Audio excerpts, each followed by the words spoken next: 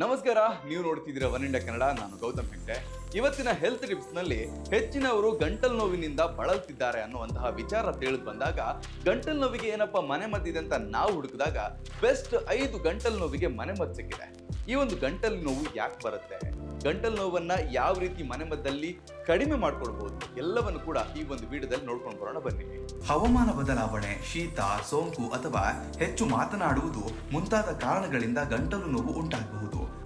ಆರಂಭಿಕ ಹಂತದಲ್ಲಿರುವ ಗಂಟಲು ನೋವಿಗೆ ಕೆಲ ಮನೆಮದ್ದುಗಳು ಆರಾಮ ನೀಡಬಹುದು. ಇಲ್ಲಿವೆ ಬೆಸ್ಟ್ ಮನೆಮದ್ದು. ಮೊದಲನೆಯದ್ದು ಉಪ್ಪು ನೀರು.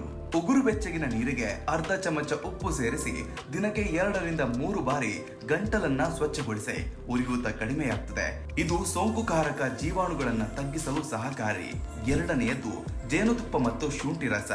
1 ಚಮಚ ಜೇನುತುಪ್ಪಕ್ಕೆ ಸ್ವಲ್ಪ ಶುಂಠಿ ರಸ ಬೆರೆಸಿ ದಿನಕ್ಕೆ 2 ಬಾರಿ ಸೇವಿಸಿದ್ರೆ ಗಂಟಲು ನೋವು ಮತ್ತು ಕೆಮ್ಮಿಗೆ ಶಮನ ಸಿಗುತ್ತೆ. ಜೇನುತುಪ್ಪದಲ್ಲಿ ಬ್ಯಾಕ್ಟೀರಿಯಾ ವಿರೋಧಿ ಗುಣಗಳಿವೆ. ಮೂರನೆಯದ್ದು ಅರಶಿನ ಹಾಲು. ರಾತ್ರಿ ಮಲಗುವ ಮೊದಲು ಉಗುರು ಬೆಚ್ಚಗಿನ ಹಾಲಿಗೆ ಅರ್ಧ ಚಮಚ ಅರಶಿನ ಹಾಕಿ ಕುಡಿದ್ರೆ ಗಂಟಲು ಉರಿಯೂತ ಕಡಿಮೆಯಾಗುತ್ತೆ.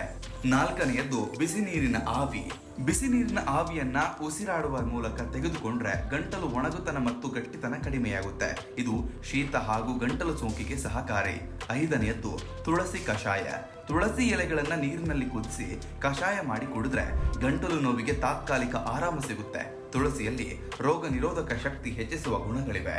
ಗಂಟಲು ನೋವು 3 ರಿಂದ 4 ದಿನಗಳಿಗಿಂತ ಹೆಚ್ಚು ಮುಂದುವರೆದ್ರೆ, ಜ್ವರ ಅಥವಾ ತೀವ್ರ ನೋವು ಕಂಡು ಬಂದ್ರೆ ವೈದ್ಯರನ್ನ ಸಂಪರ್ಕಿಸಬೇಕು.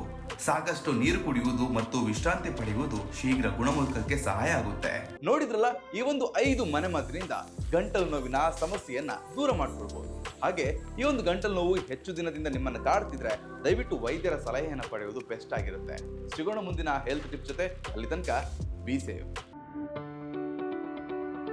ಯಾವುದೇ ಸುದ್ದಿಯ ಅಪ್ಡೇಟ್ ಅನ್ನ ಮಿಸ್ ಮಾಡ್ಕೊಳ್ಬಾರ್ದು ಅಂದ್ರೆ ಈಗ್ಲೇ ಒನ್ ಇಂಡಿಯಾವನ್ನ ಸಬ್ಸ್ಕ್ರೈಬ್ ಮಾಡಿ. ನಿಮಗೆ ಬೇಕಾದ ಭಾಷೆಯಲ್ಲಿ ಎಲ್ಲಾ ಸುದ್ದಿ ತಿಳಿಬೇಕು ಅಂದ್ರೆ ಒನ್ ಇಂಡಿಯಾ ಆಪ್ ಅನ್ನ ಡೌನ್ಲೋಡ್ ಮಾಡ್ಕೊಳ್ಳಿ.